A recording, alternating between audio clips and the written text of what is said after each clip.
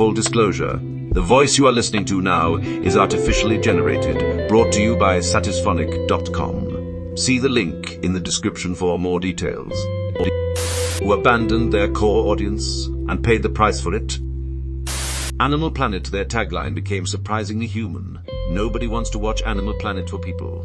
They have other channels. All those channels converged on the same bottom of the barrel reality show drivel. Animal Planet, a surprisingly human history channel. History is made every day. Either reality TV or stuff like Hitler's Aztec UFO Factory. The Obsession History Channel had with UFOs to the point all their shows were either about them or that pawn shop show was hilarious. Cracked.com. There were a couple years there where they transformed from a second-rate mad knockoff to some of the smartest, funniest stuff on the internet. Then the people who held the purse strings decided listicles and Photoshop contests were more profitable than a writing staff. Jason Pargin, aka former Cracked writer and executive editor David Wong, wrote a retrospective about how the greed kinder seeped in, and they'd monetize a little bit and the readership numbers held, so they'd monetize a little bit more and the numbers held, and a little bit more and just a little bit more until readers hit a breaking point because it was no longer worth it. Daniel O'Brien went on and writes for John Oliver now. Cody Johnston and Katie Stoll are doing the Some More News channel, which is still going strong. Soren Bowie, I think, writes for American Dad. A few of the other guys started different pages for stuff. Robert Evans does Behind the Bastards. It's wild how often I find out something I like now has someone writing for it who used to work at Cracked when it was good. That site is like a dead mole now. It's so sad. Wow, I just went back for the first time in at least a decade, completely unrecognizable. After Hours was must-watch, content for a while. Such a shame, but I'm glad to see most of them landed in better spots, writing for TV and doing podcasts. Etsy used to be a fairly cool place to buy and sell mostly handcrafted stuff and items to make handcrafted stuff. Now it's basically shady Amazon with worse shipping. Everyone seems to be drop shippers, and a lot of the more niche crafter artisan things are pushed out and overwhelmed by cheaper, mass-produced goods. I used to love Etsy, and now I never even look there. I bought a set of dice about a year ago that were explicitly listed as being handmade in the US. Then I got a tracking number from China. Stumble upon. It was a small website giving you randomized internet pages, which I used to browse for hours as they were so fun. Now it turned into Mix, and I have no clue what it is.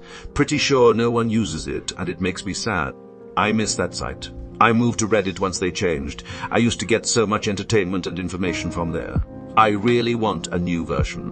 Sue is how I found Reddit. Reddit was still a baby at that time. 3-letter usernames were still available. Anyone else remember when the History Channel was about history and not about aliens? Photobucket. Back when forums were still a thing, Photobucket would host your images for free. Then one day they decided everyone would have to pay monthly. No free tier, nothing. We all collectively agreed we would not be paying, and that was that. I feel like it may have contributed to the death of forums. Ruined a few of my car-build threads, that's for sure. To this day, they still send me emails a couple times a year threatening to delete all my photos if I don't come back. In a similar vein, I was going to say Flickr. Flickr could have been Instagram. It was primed and right there. But Yahoo took forever to make a halfway decent mobile app and then tried to charge for it. All you had to say was but Yahoo. Forums are absolutely littered with Photobucket and TinyPic placeholders for shit we can't see anymore. Makes me wonder what will happen to places on Reddit if Imgur ever goes the same way. Imgur did do this, removed a bunch of NSW images as well as any that were uploaded without an account. Go to any NSW sub sort by best over past year and see how many of the links are working. GIFcut is also dead. YikYak. It was a way to have conversations with people in the area, anonymously really popular on college campuses. They made an update to create user profiles, and pretty much everyone just stopped using it because anonymity was the whole point. YikYak's rise and fall coincided perfectly with my first year of university. It was brilliant. The real genius move was making it location specific. Every campus ended up with their own running jokes and local celebrities. I went to Sheffield, and we had a chap known as the Morgozoid, who shot to fame through his friends, chronicling his attempt to write his entire dissertation in a single day. Happy times. I was never entirely sure of the rationale behind forcing people into having used the name. There was speculation it was to avoid legal trouble surrounding bullying, but I don't know whether that was ever substantiated. Whatever happened, they killed the golden goose. I was also in my first year at university at that time. YikYak was used to make several mass violence threats on campus. Wouldn't be surprised if that had something to do with making profiles. This is incredibly niche, but in Norway there used to be two providers of chocolate powder, the kind you mix with hot or cold milk to make hot chocolate or chocolate milk. They were O'Boy brand and Nesquik, equally loved and enjoyed a healthy fanbase rivalry.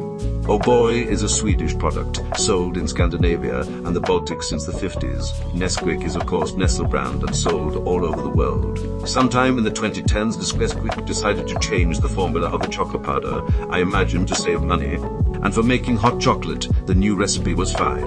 What Nestle underestimated, however, is that most Scandinavians drink their chocolate powder cold to make chocolate milk cold to make chocolate milk. The new recipe had a different type of sugar in it that wouldn't dissolve in cold milk, leaving a crunchy powder in the milk.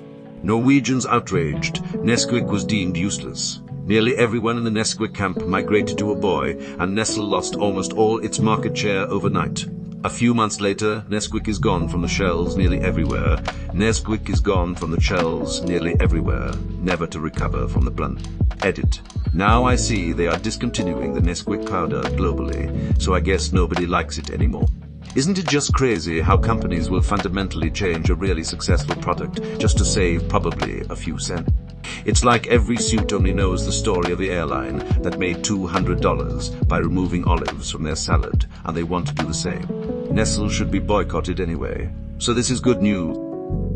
RadioShack. They went from selling electronic components, little gadgets and interesting tech baubles to nerds to trying to sell expensive cell phone plans and shitty batteries to a different audience. We saw that the customers who came to RadioShack shifted from middle-upper income engineers and tech geeks to lower-income people in a 6-year period. Then we saw the geeks stop coming in at all because they would come in for some capacitor or breadboard and the person there wouldn't know what that was. If it wasn't a phone, they didn't know. Even if it was a phone, they probably couldn't tell you anything about it. Old RadioShack employees were knowledgeable and well paid. New RadioShack employees didn't give a shit about technology. You've got questions, we've got blank stares. Sci-Fi Channel. At some point, there was no sci-fi on it. Used to love Sci-Fi Channel. I feel like the content went downhill right around the time they changed their name to Sci-Fi, which is also when I stopped watching. When Sci-Fi rebranded to Sci-Fi, I changed the pronunciation at my house. I pronounce Sci-Fi as Sci-Fi. I remember watching Farscape, Stargate and Eureka on that network. No idea what's in there anymore. Haven't had cable for over 13 years now. They rebranded to Sci-Fi and started showing those crappy CG Monster of the Week movies. All horrible. Definitely drove me away. That channel used to be the one I had my TV on most of the time. Every restaurant that opens in the UK goes through the cycle, new and interesting food. Very different from most British food, becomes very popular, owners sell to a large company decides that being popular isn't enough.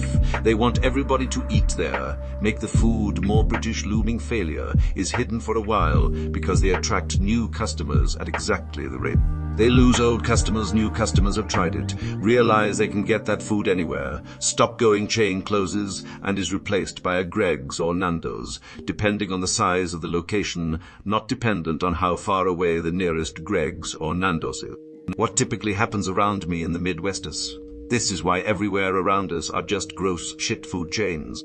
New place opens with great quality food at decent prices. Things are going well for the first year. I don't know who or why, but they start to slowly modify one thing after another to increase profit margin.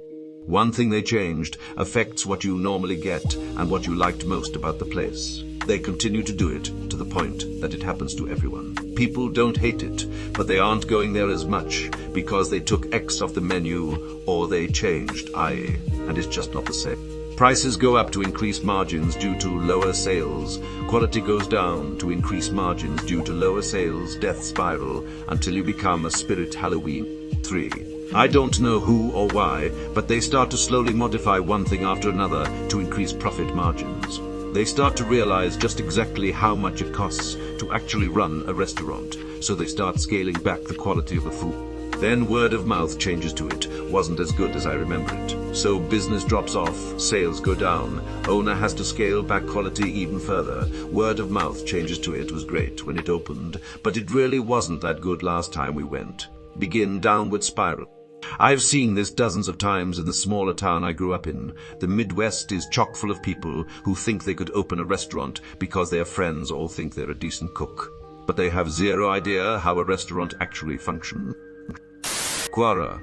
There were excellent groups with intelligent discussions. Then it became monetized and people submitted hundreds of questions a day.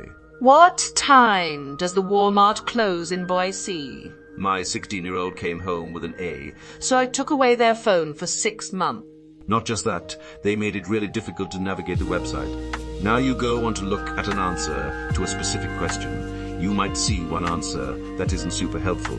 Then it'll show you an entirely different question with a few answers with no different formatting. And then eventually you scroll down to find more answers to the question you were looking for. Except for a long time, I'd assumed there were no more answers and just clicked off the site. Absolutely stupid system. Yes, that format pisses me off. I never understood why the fuck it's that way. Sometimes I would click on the website, immediately I'm reminded of the shitty format, then I know how. The only website that does that for me is Pinterest. I look for images on Google, find a good one. Pinterest opens. I click on the image to see it bigger. Get redirected somewhere else on the website where this is not a single trace of the picture I clicked on. I mean, come on. Pinterest fucking wrecked Google Images and I hate it. And then you go to a second question and get hit with a paywall. Little website called Digg did a major site refresh to increase site revenue without considering the impact and lost their entire user base to Reddit essentially overnight. That's how I moved to Reddit. I moved from Fark, which seemed to be dying, and on the advice that Reddit threads were like Fark comment threads, but more intelligent and mature.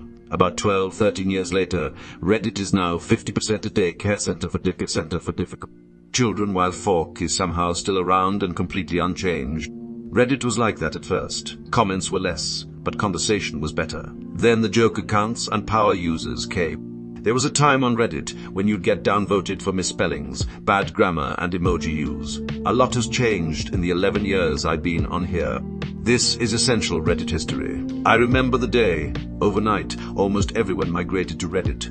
I seriously doubt Reddit would exist as it is today had it not been for Kevin Rose's fateful greed grave. I still remember watching Dignation every week. It was pretty entertaining. I still miss Digg sometimes. I thought it was a classier format. Wonder what Kevin is doing now. He was on course to be the next internet mogul and probably billionaire. I'm sure he's just fine though. He became a crypto LARPer. DeviantArt.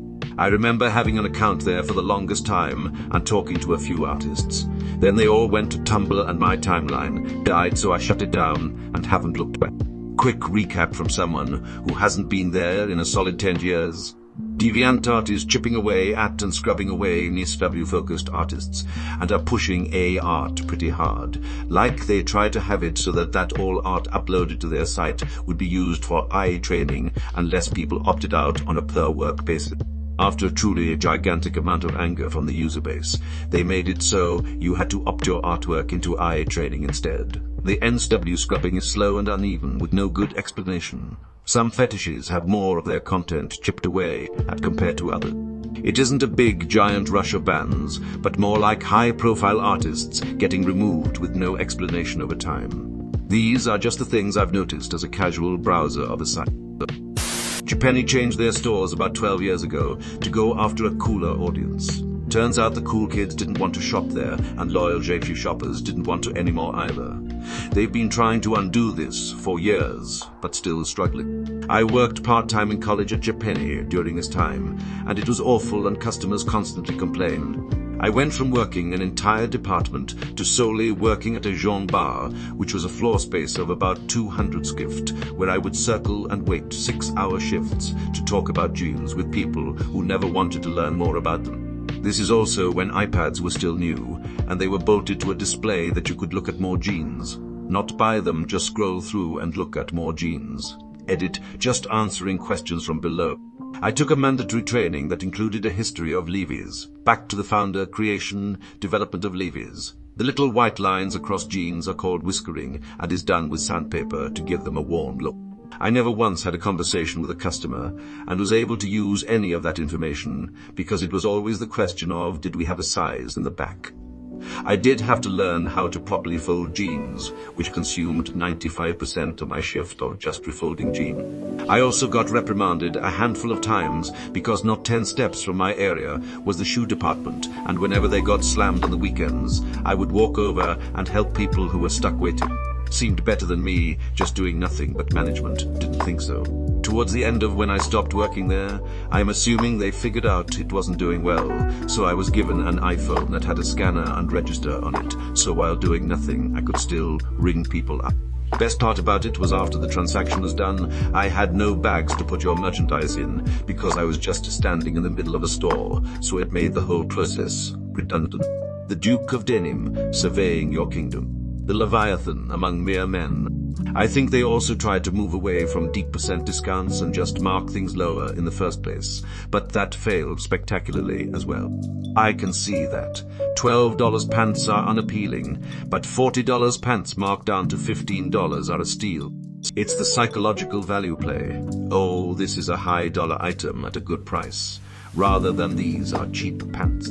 This is the version I remember too. I believe they hired a former Apple exec as a CEO. They thought it'd be a good idea to implement the plan you mentioned. I worked there in the early 2000s and can confirm that people were obsessed with the sale. I'm pretty sure Kohl's owes its success to Jet briefly abandoning that niche. Kohl's model was everything on sale all the time, and Kohl's Cash, plus they located themselves in retail shopping districts, near places like Best Buy and Dick's Sporting Goods and Target. JP was always the anchor store of traditional shopping mall. Shopping malls had been running on for a while in the mid-zeros, but when 2008 hit, expendable income went down and shopping malls started their nosedive. The JP, no coupons ever, everything's always reasonably priced. Marketing gimmick was seen as in poor taste, mostly because the prices weren't particularly reasonable. They'd have a pack of underwear priced at $20, but it was $15 if you bought 2 packs. So you start doing math and realize that Kohl's has the same pack of Hanes and doesn't make you do math and offers the bulk pricing for a single package, and I earn Kohl's Cash. Regardless of whether that costs cash, regardless of whether that Kohl's Cash expired, Jake was busy digging their own grave. Plus they decided to start offering appliances at the same time, something they'd never done. That was always Sears' forte, so they had an unknowledgeable staff, dumped a ton of capital into a product they had exactly 0 market share in, and took up over 14 of their floor and backroom real estate. All is to say, Kohl's was well established before Jeep shit the bed, but Jeep certainly didn't hurt Kohl's success. Jesus, it's like you're a retail historian. Tell me more retail, sweetbar. If you're into this kind of thing, check out Company Man on YouTube. I got to study that debacle during college. The CEO was responsible for making the Apple Store what it is and Target a behemoth. He thought he could do the third thing with Penney by adding popcorn, ice cream, haircuts, no sales markdowns, and upscaling the business. It was one of the greatest flops in upper management decision-making. As a 20-something male, I loved the idea. It was the only department store I would willingly seek out. But I was also a 20-something male who would think to go clothes shopping once a year, maybe. I loved cool Jacob Penney. They had a Levi's bar, modern cloths. The problem was they didn't explain what they were doing at all. Their regulars were so confused why there weren't sales anymore that they got convinced it was more expensive. Discovery, History, 18 and National Geographic. Once Discover's Man vs. Wild got really famous and got them a lot of trap, they thought this was it. Every one of these channels came out with their own version of Mime Zoo, some really stupid. A History Channel playing this bullshit is of course going to drive the geeks away. Producers would run these shows multiple times in a day, as if they had nothing to show other than this. No science and engineering to explain. It was painful to not get to see my favorite science shows on these channels anymore. Edited to add that a reply to this comment by user Mixing Memory has a link to great insight into this and about some idiot CO David Zaslav. The commented, Haps, Reddit, Askreddit 780, 18 twins. I was raised off of History Channel, Animal Planet and Discovery. Sometime in 2010s, each channel imploded with crappy conspiracy, content or reality-style-based shows, went from the coolest informational shows to mermaid documentaries, ancient aliens, and hunt for Sasquatch. David Zaslav is to blame for a lot of these changes, as well as many more recent bad decisions at 8bo and Warner Brothers. Hot Tips, Reddit, television comments. 14 Quetzihao, whether the Tikiskurikidons, Wolopus Discovery, Zaslav. That man has had such a negative impact on the medium of film and television. He should be mopping the floors at a peep show, and instead he made almost $500 million last year, which is par for the course here in the bizarro world. There was a golden age of discovery when Dirty Jobs, Mythbusters, Punkin' Chunkin', etc. were headlining in the mid to late 2000s. Legitimately, between this era of Discovery and Adult Swim on Cartoon Network, I'd have probably forked over the $60 for cable TV. But then they started goobering the whole thing. Those great shows were cancelled and has turned into the Rick and Morty hour. Now it's all reality show about gold mining, treasure searches, repetitive animal shows, sharks mostly, and ghost hunting. OnlyFans briefly banning sexually explicit material on their service. That's like your entire business model. How the hell did they think this was ever going to work? I believe they were under pressure from their payment services, but it ended up getting sorted out. It wasn't just a silly business decision. This was it. Visa and MasterCard didn't like the idea of their services being used for pornography because they said OnlyFans had underage users on it. Then they decided against it, probably after looking how much money they make from it. Visa and MasterCard are the reason that like 80% of Pornhub's library got wiped out. I just learned from a TikTok that Applebee's tried to become a club at night to attract younger customers, but no one wanted to go hang out at Applebee's, and all the old people who used to go Applebee's didn't like that it turned into a club at night, so they stopped going, and now no one likes it. Applebee's. I was a manager at an Applebee's when they did this. Probably in like 2009 or something. Probably the lamest club of all time. Basically, just stayed open a bit later, turned the lights down, music up, and apps were half. At least at the locations in my area, we didn't alienate any regulars. Mostly because the late night club atmosphere started close to where we normally closed. Sounds like an idea from the CS son who became upper management. My wife and I stopped by for a late dinner, and it was Applebee's after dark or something. We thought it was quite odd, didn't realize it was all of them doing that. Applebee's is after dark, lol. What's next? Dennis before dawn. Sounds like a swingers club for the core Applebee's demographic. The core Applebee's demographic is when you're too lazy to microwave it yourself. Same, I was with my family, and suddenly the lights got dim and music got louder. We were all like, what is going on? I can't see shit anymore. Summer of 2016, I was in bumfuck Oklahoma for work, and we went to Club Applebee's on the reg for 1 drinks, and because we were in bumfuck Oklahoma, I felt like it was a fever dream, because nobody in my current city believes that Applebee's turned into a club with $1 well drink. I'm glad I didn't imagine it. Bro, I would love to have been in the room when the Applebee's execs were coming up with this idea. End the whole thing with one simple question. Guys, hear me out. Who the fuck drinks and goes out and then says, let's go to Applebee's? eBay. I used to sell shit for basically beer money. They've made it now where they only want eBay stores, want you to give free shipping and charge fees on that, and discourage the auction format. It used to be a place to clean out your garage knickknacks and what have you, and now it's just a commercial commerce site. I probably haven't looked at the site in 10 years, so maybe they've changed, but I doubt it. When you use a brand name, they'll suggest stock photos for your auction. When I buy used, I really want to see the item and its flaws, not the ideal new look-alike. I'd argue NASCAR, specifically Brian France. In 2004, he implemented a playoff system that no one asked for and no other racing series has implemented. He said he wanted more game 7 moments. not realizing that a falsely fabricated game 7 moment is nowhere near as exciting when one naturally happens. NASCAR would also frequently call suspicious cautions for debris around that time so that the field would be forced to tighten up. He tried to emulate stick and ball sports with the playoffs because he wanted NASCAR to overtake the NFL as the #1 watched sport in the US. NASCAR was second at one time, but instead its viewership has declined drastically in the last 20 years. He didn't bother to consider that playoffs don't make sense in racing because different drivers are better at different tracks, and it's not 2 teams playing against each other, but rather 38 teams all racing at the same time. The death of Dale Earnhardt was simultaneously the best and the worst thing to happen to NASCAR. The best because it led to innovations like Hans, safer barriers, a revolution in safety that has, over time, bled into other sanctioning bodies. The halo in open wheel and within NASCAR itself has prevented any racing deaths in the years since. We'll ignore the new car and Kurt Busch. Abrupt retirement for a minute. It led to a wave of unity. In a year where there was ample opportunity, remember Dale and 911 happened in the same year. That unity made going to the track a religious experience for many who did.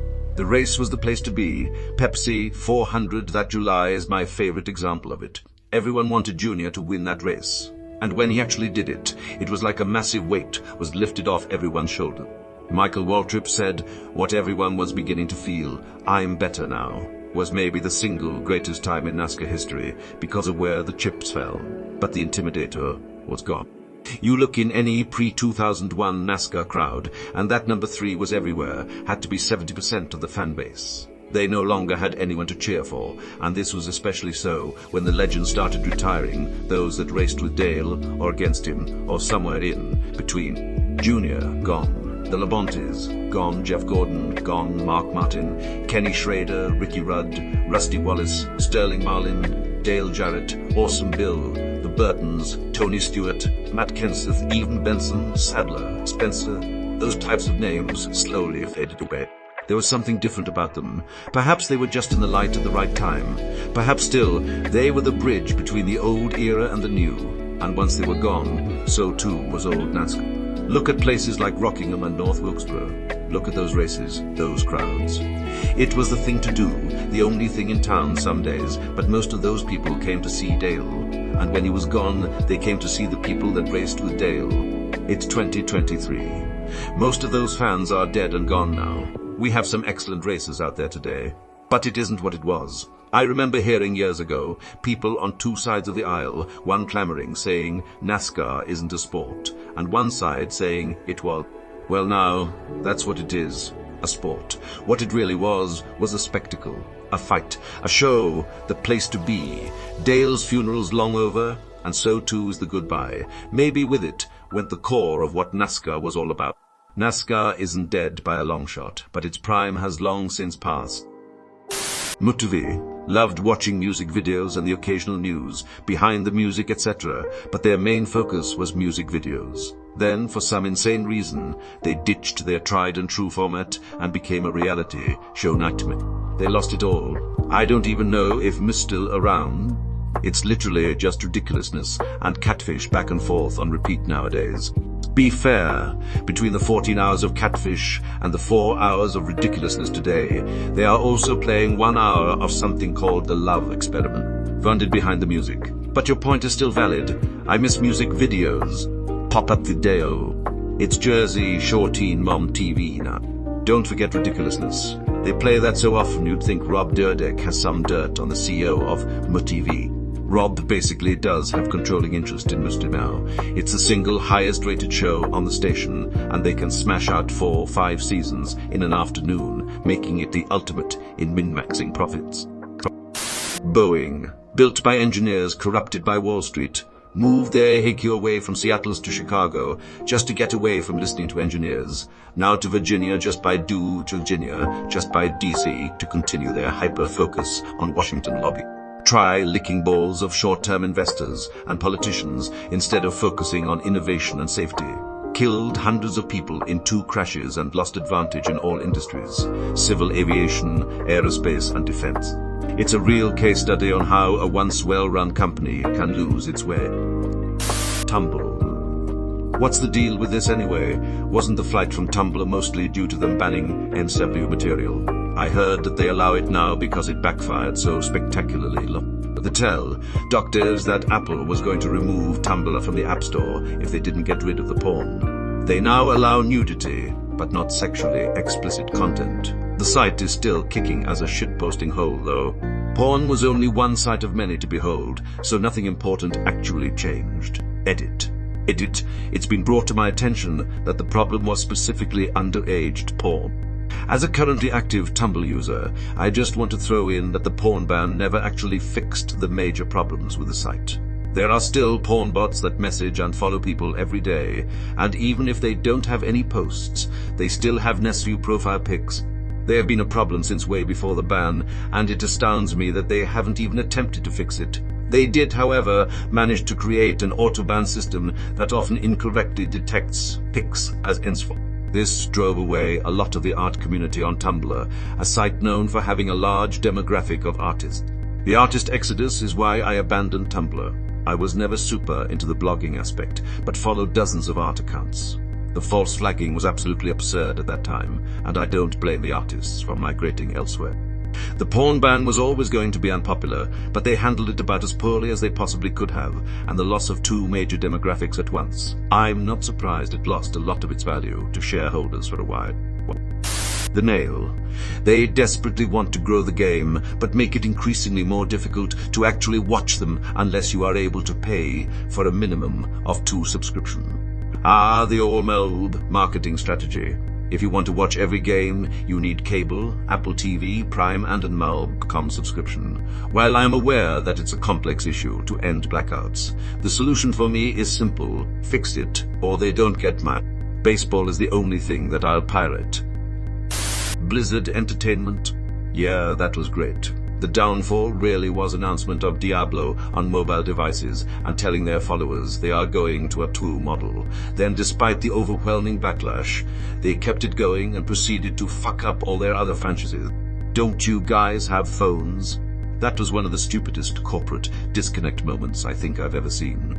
The second he said that you could feel the air in the room change, even watching it on video, the faces of all the people in the audience are a mix of surprised horror, anger and sadness. The resentment in the room was palpable.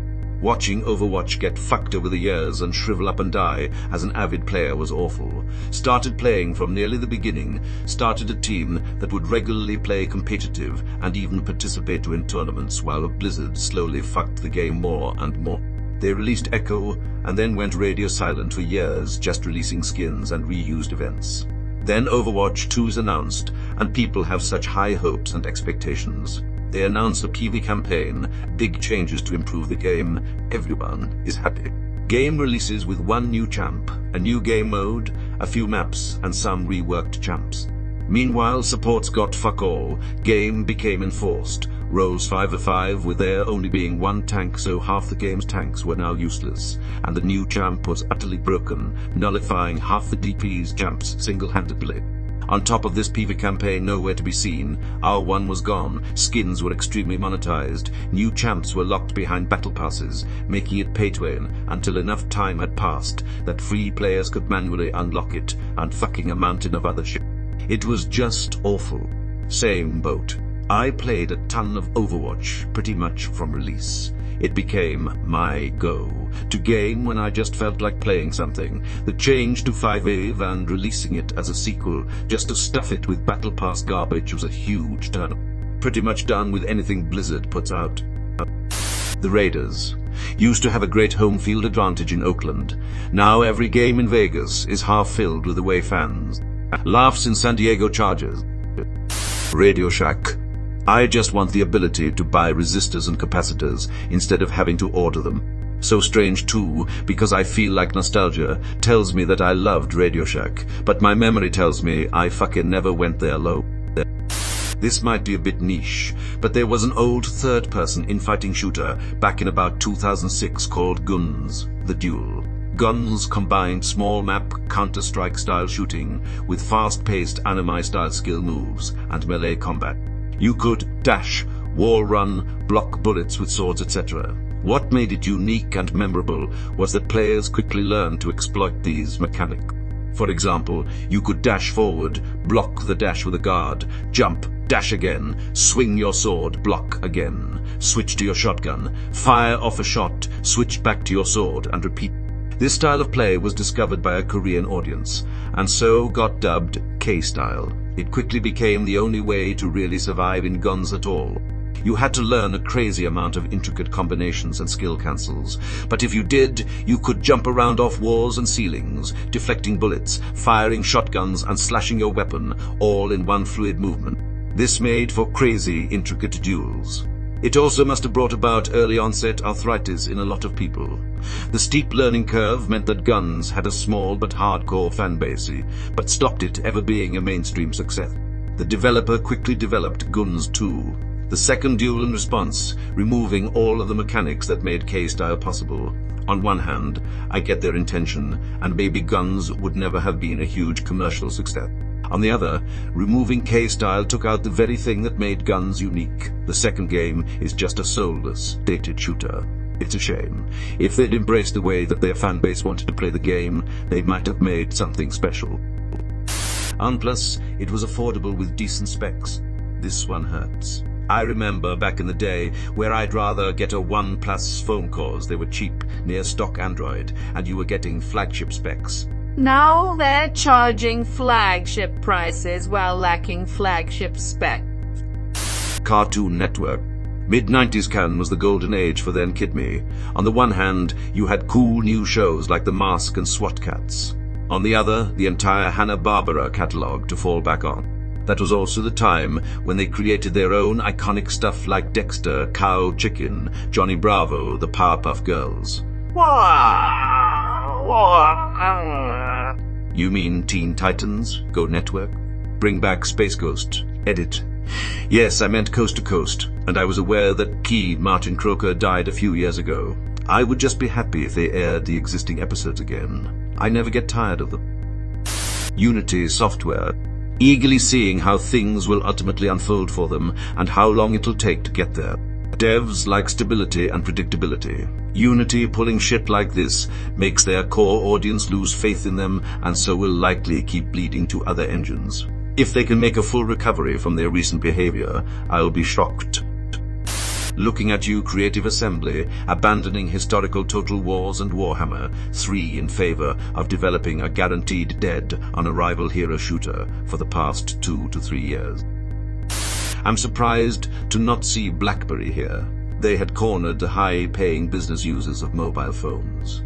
They wanted to become mass market, though, and came up with ads like "We are the Blackberry boys." Got kicked out of both the categories. I wouldn't say that's what killed them, though. What killed them was a shitty, slow, outdated OS with very basic apps on devices with a trackpad or whatever they called it. Oh, and having to use their BlackBerry internet service to access the web, which was a compressed, low-quality version of the internet. This, while their competitors were coming out with full-featured touchscreen devices, full apps, and no BIOS requirement. Just heard an interview with one of the co-CEOs of Research in Motion, former makers of the BlackBerry. Blackberries ruled corporate phones, then the iPhone was released. One CEO wanted to focus on hardware development, the other thought hardware was a low-margin failure factory, and they needed to focus on software and services like Google was doing with Android. The board stepped in and chose the hardware solution. The software solutions guy retired immediately. The other, a year later, once he too saw the writing on the wall. I don't know if they would have succeeded if they chose the other path, but I can see where they might have had a better chance. Volition rebooting Saints Row fits the bill. They removed tons of elements from the earlier games that fans loved and allowed the change to become a core aspect of the game's pre-launch promotion. The result was a game that reviewed and sold poorly, and Volition closing its doors a year after release. Definitely this. Saints Row was originally touted as a cheap Jade knockoff. The later installments blew that idea out of the water by having a completely batshit insane game of pure chaos. Volition completely ignored that and produced a YikYak knockoff